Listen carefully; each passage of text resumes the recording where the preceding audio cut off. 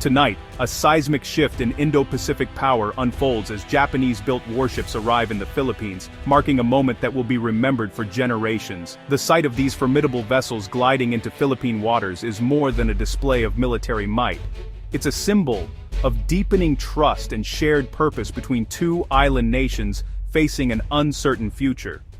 This historic alliance is forged not just in response to growing regional instability, but as a proactive step toward collective security.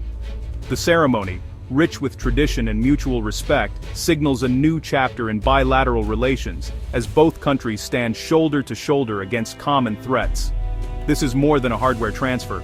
It's a strategic realignment, empowering the Philippine Navy to better defend its vast maritime territory after years of facing pressure from larger neighbors. For the sailors and officers, these ships represent hope, pride, and a renewed sense of mission. The Philippine archipelago, with its thousands of islands and vital sea lanes, now stands more resilient than ever before. The arrival of these destroyer escorts signals a new era of confidence for Manila, showing the region it no longer stands alone in upholding international law.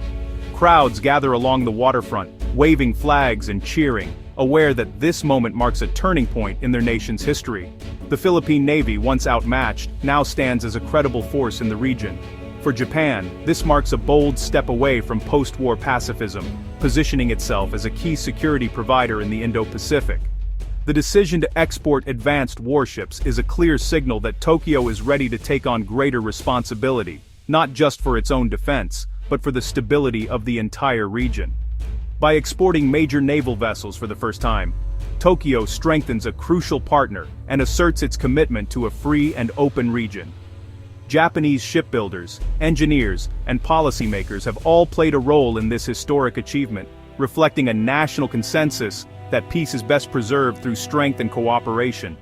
The implications reach far beyond the South China Sea, reshaping alliances and setting a precedent for middle power collaboration. Other nations are watching closely, considering their own roles in this evolving security landscape. The Indo-Pacific is no longer defined solely by the ambitions of great powers, but by the collective resolve of its many nations. As these warships dock, they carry the hopes of a more secure future for the Philippines and a new strategic reality for the region.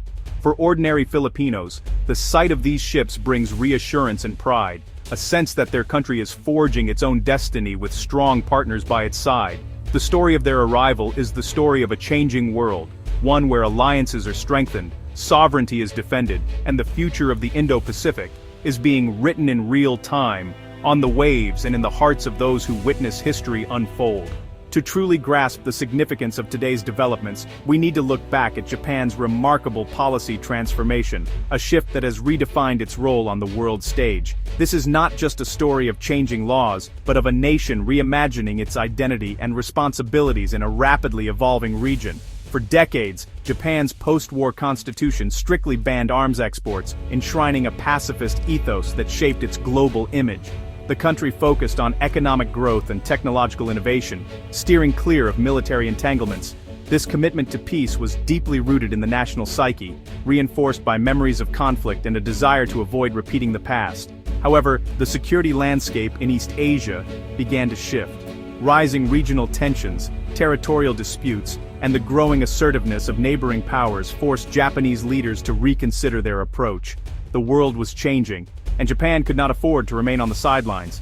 In 2014, after intense debate, Japan revised its arms export principles for the first time in decades. This cautious but historic move allowed for defense transfers under strict conditions, aiming to support peace, contribute to international stability, and enhance Japan's own security. It marked a turning point in how Japan engaged with the world. By 2023, Tokyo took another bold step, further loosening restrictions and signaling a clear intent to strengthen security ties with key partners, especially in Southeast Asia.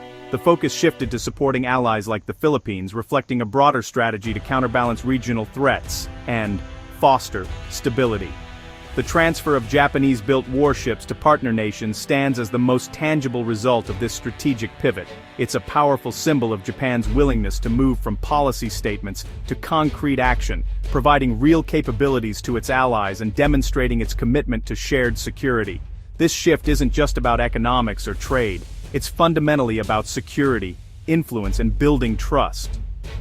By strengthening collective defense and interoperability among like-minded nations, Japan is helping to create a more resilient regional security architecture. By empowering its partners through training, technology, and cooperation, Japan is shaping the regional environment in subtle but significant ways, projecting stability without direct confrontation or escalation. Ultimately, this move marks Japan's emergence as an indispensable pillar of Indo-Pacific security, a nation that is no longer content to watch from the sidelines, but is actively helping to shape the future of the region. The warship delivery crowns a decade of deepening Japan-Philippines defense ties. What began with non-lethal equipment and Coast Guard vessels evolved into aircraft transfers and, most recently, a landmark reciprocal access agreement in 2025. This agreement streamlines joint training and humanitarian missions, pushing military integration to new heights. Financial support, including a $413 million loan for new patrol vessels, further cements the partnership. The arrival of the Abukuma-class destroyers is the culmination of a long-term strategy to build a resilient alliance at the heart of the Indo-Pacific. This is not an isolated event, but the result of deliberate, multifaceted cooperation. Together, Japan and the Philippines are forging a robust security partnership for a turbulent era.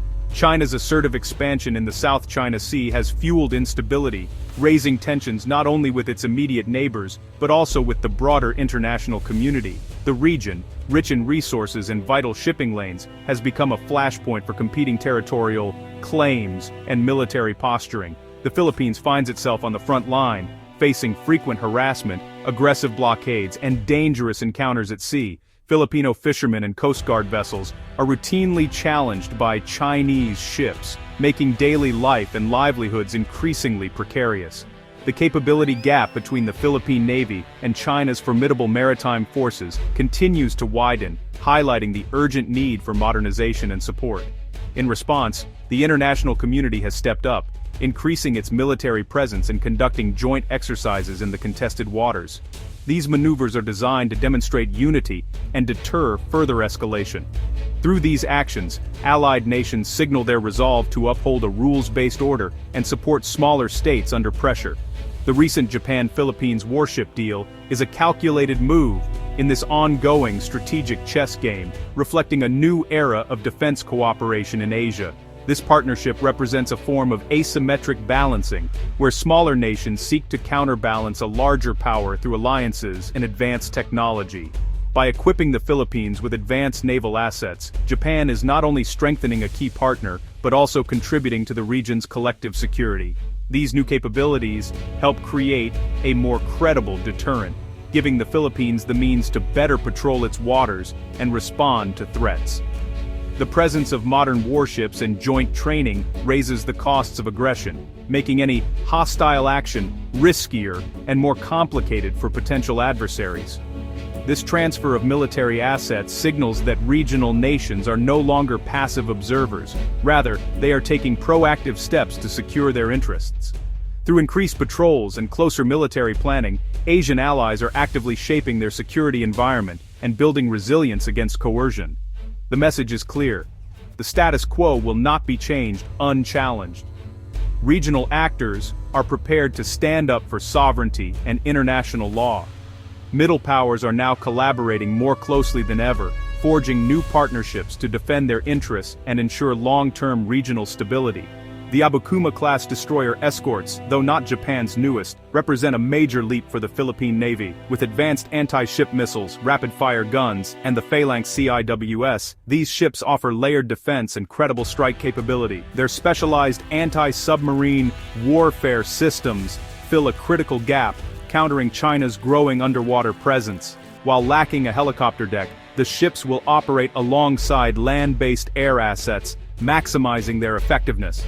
A modernization package will tailor the vessels to Philippine needs, ensuring they remain relevant. For a navy long reliant on smaller patrol craft, these 2,500-ton warships are revolutionary. The Abukuma class gives the Philippines new tools to defend its waters and deter threats. At a major Philippine naval base, the handover ceremony marked the culmination of this strategic partnership. Defense officials and diplomats from both nations gathered as the warships, now flying the Philippine flag, stood ready. The event was filled with pride and mutual respect, with speeches emphasizing shared vision and enduring friendship. The symbolic exchange of insignia and signing of documents formalized the transfer, while Filipino sailors, trained in Japan, stood ready to take command. Officials hailed the event as a turning point for Philippine sovereignty and maritime security. For the Navy, these ships are more than symbols. They are the new workhorses, enabling a persistent presence in contested waters. The ceremony underscored the practical impact, a stronger, more capable Philippine fleet. The arrival of Japanese warships sends ripples across the Indo-Pacific's political, economic, and social landscape. Politically, it strengthens a coalition committed to countering coercion and upholding international law, reinforcing the first island chain. For Japan, it's a breakthrough in the global defense market. For the Philippines, it means greater leverage and security. Economically, a stronger Navy protects vital sea lanes and resources, directly supporting the Philippine economy. Socially, these ships boost national pride and public trust in the armed forces. The transfer sets a precedent for cascade defense deals, enabling smaller nations to modernize rapidly. It also strengthens the Quad's security architecture, creating a more networked regional defense. This model of partnership could reshape future alliances and arms transfers in Asia. Defense analysts call this transfer a masterstroke, mutually beneficial for Japan and the Philippines. Manila gains a rapid, cost-effective boost to its naval power, bridging a critical defense gap. For Japan, it's a strategic use of retiring assets, strengthening a frontline ally, and projecting influence. The deal is a test for Japan's defense export ambitions. Success could open doors for future sales and partnerships. More broadly, it signals a trend toward regional self-reliance, with Indo-Pacific nations taking the lead in their own security. This move weaves a stronger, more resilient web of deterrence across the region. It's about more than ships. It's about building a new security order, led by active middle powers. Today's warship transfer is more than a delivery, it's a defining moment for the Indo-Pacific. It marks Japan's emergence as a proactive security partner and the Philippines' determination to defend its sovereignty. This move responds to rising tensions and sets a new precedent for regional cooperation.